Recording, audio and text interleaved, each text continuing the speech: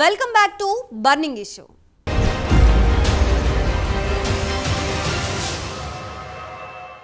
ఎన్నికల చదరంగంలో దూసుకువెళుతున్న జనసేన, టీడీపీ దూరమైన వర్గాల్ని ఆకర్షించేలా కీలక వ్యూహాలు రూపొందిస్తున్నాయా? డిక్లరేషన్ ప్రకటించి కూటమి పార్టీలు బీసీలకు భరోసా కల్పించాయా?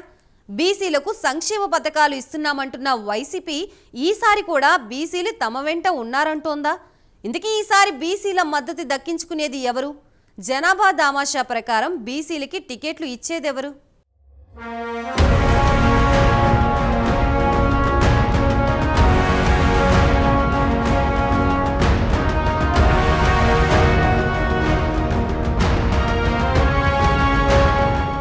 ఏపీలోనే కాదు, దేశంలోనే బీసీల జనాభా అధికం.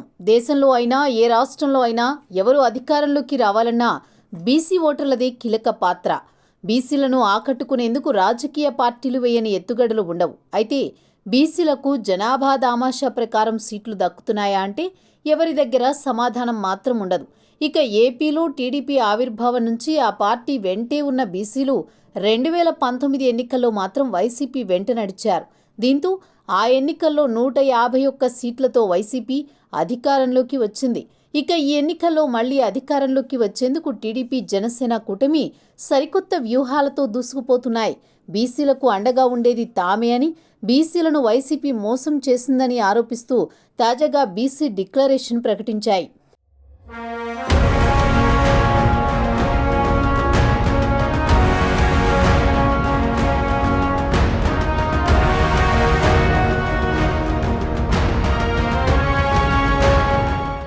ఇటీవల తాడేపల్లిగూడెంలో నిర్వహించిన టీడీపీ, జనసేన తొలి ఉమ్మడి సభ విజయవంతం కావడంతో అదే ఊపులో మరో సభ నిర్వహించాయి ఇరు పార్టీలు. రెండు పార్టీల తరపున ఈసారి ఉమ్మడి బీసీ డిక్లరేషన్ తయారు చేసి దాన్ని బీసీల జనాభా అధికంగా ఉన్న మంగళగిరిలో విడుదల చేశారు. బీసీలను ఆర్థికంగా, సామాజికంగా, రాజకీయంగా అభివృద్ధి చేయడమే లక్ష్యంగా బీసీ డిక్లరేషన్ బహిరంగ సభలో కీలక ప్రసంగాలు చేశారు కూటమి నేతలు. 50 ఏళ్లు దాటిన బీసీలకు నెలకు 4,000 రూపాయల పెన్షన్ ప్రకటించి సంచలనం రేపారు. అలాంటి సందర్భంలో మొట్టమొదటిసారిగా రాజకీయాల్లో వెనుకబడిన వర్గాలకు రిజర్వేషన్లు పెట్టాలని పెట్టి రాజకీయ నాయకులు తయారు చేసిన పార్టీ తెలుగుదేశం పార్టీ అని చెప్పి కూడా నేను మీకు తెలియజేస్తున్నా. దీని తర్వాత సమర్థవంతమైన నాయకత్వం వచ్చారు. నేను ఇంకొకడు హామీ ఇస్తున్నా, నిరంతరం పోరాడతాం. చట్టసభల్లో 33% వెనుకబడిన వర్గాలకు రిజర్వేషన్లు పెట్టే వరకు, అసెంబ్లీలో, పార్లమెంట్లో మీ రిజర్వేషన్లు వచ్చే వరకు మీ తరపున మేము పోరాడతామని ఈ ప్రజా డిక్లరేషన్ లో కూడా మీకు అందరికి చెప్తున్నా.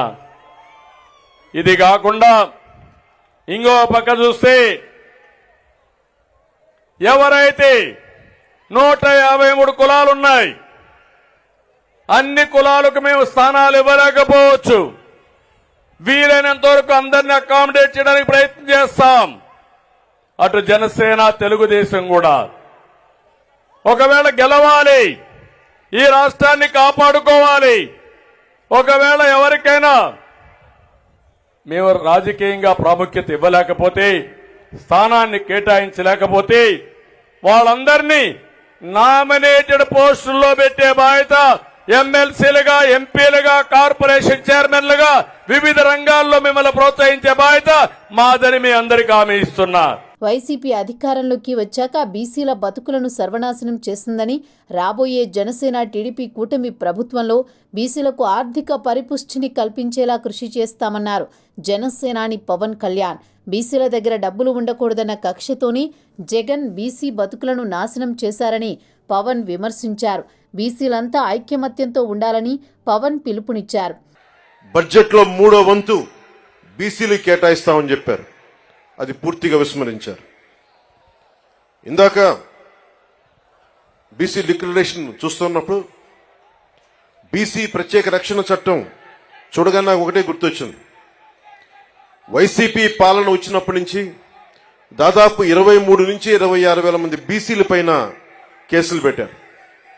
300 మంది బీసీలని చంపేశారు. ఇంకా అచ్చెన్నాయుడు గారు లాంటి బీసీ నాయకుల మీద ఎలాంటి దాడులు జరిగినాయో, ఇంకా ఎస్సీల మీద ఎలాంటి దాడులు జరిగి మీ అందరికీ తెలుసు. ముఖ్యంగా ఈరోజు బీసీ సభలో కాబట్టి ప్రత్యేకం బీసీ నేను సంఘటనలు చెప్తా ఉన్నాను. ఇందాక సోదరులు లోకేష్ గారు చెప్తున్నట్టుగా గుంటూరు జిల్లాలో జరిగిన సంఘటన, పాపం అమర్నాథ్ గౌడ్ అక్కని ఏడిపిస్తా ఉంటే అడ్డుకున్నందుకు వైసీపీ నాయకులు చెరుకు తోటలోకి తీసుకెళ్లి పెట్రోల్ అంటించి చంపేశారు. చాలా హృదయం కలిచివేస్తుంది.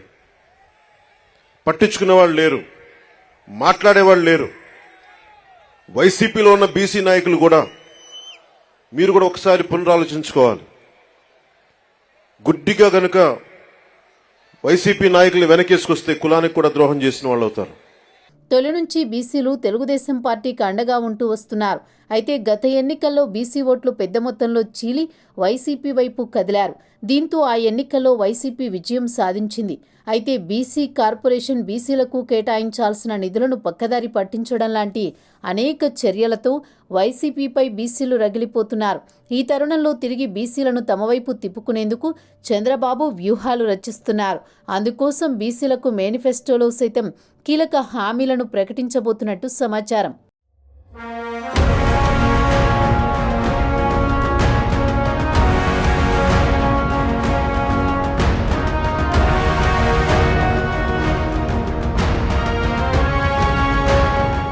ఇంకోవైపు వైసీపీ బీసీలకు సంక్షేమ పథకాలు ఇస్తున్నామని మళ్లీ వారి ఓట్లు తమకే అన్న ధీమాతో ఉంది.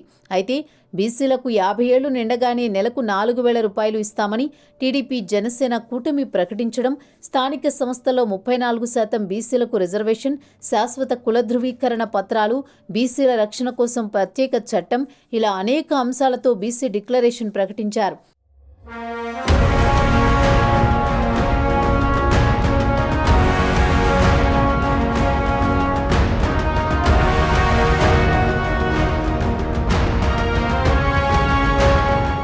అయితే బీసీలు ఈసారి ఎవరికి ఓటు వేస్తారన్నది సర్వత్రా ఆసక్తిగా మారింది. వైసీపీ టీడీపీలు సంక్షేమ పథకాలను ఎరగావేయడం కాదని, తమకు జనాభా దామాషా ప్రకారం టికెట్లు ఇచ్చిన పార్టీలకు ఓట్లు వేస్తామని కొంతమంది బీసీ నాయకులు ఇప్పటికే తేల్చి చెప్పిన సంగతి తెలిసిందే. ఇటువంటి తరుణంలో బీసీల ఓట్లు దక్కించుకునేది ఎవరు అన్నది సర్వత్రా ఉత్కంఠ రేపుతోంది.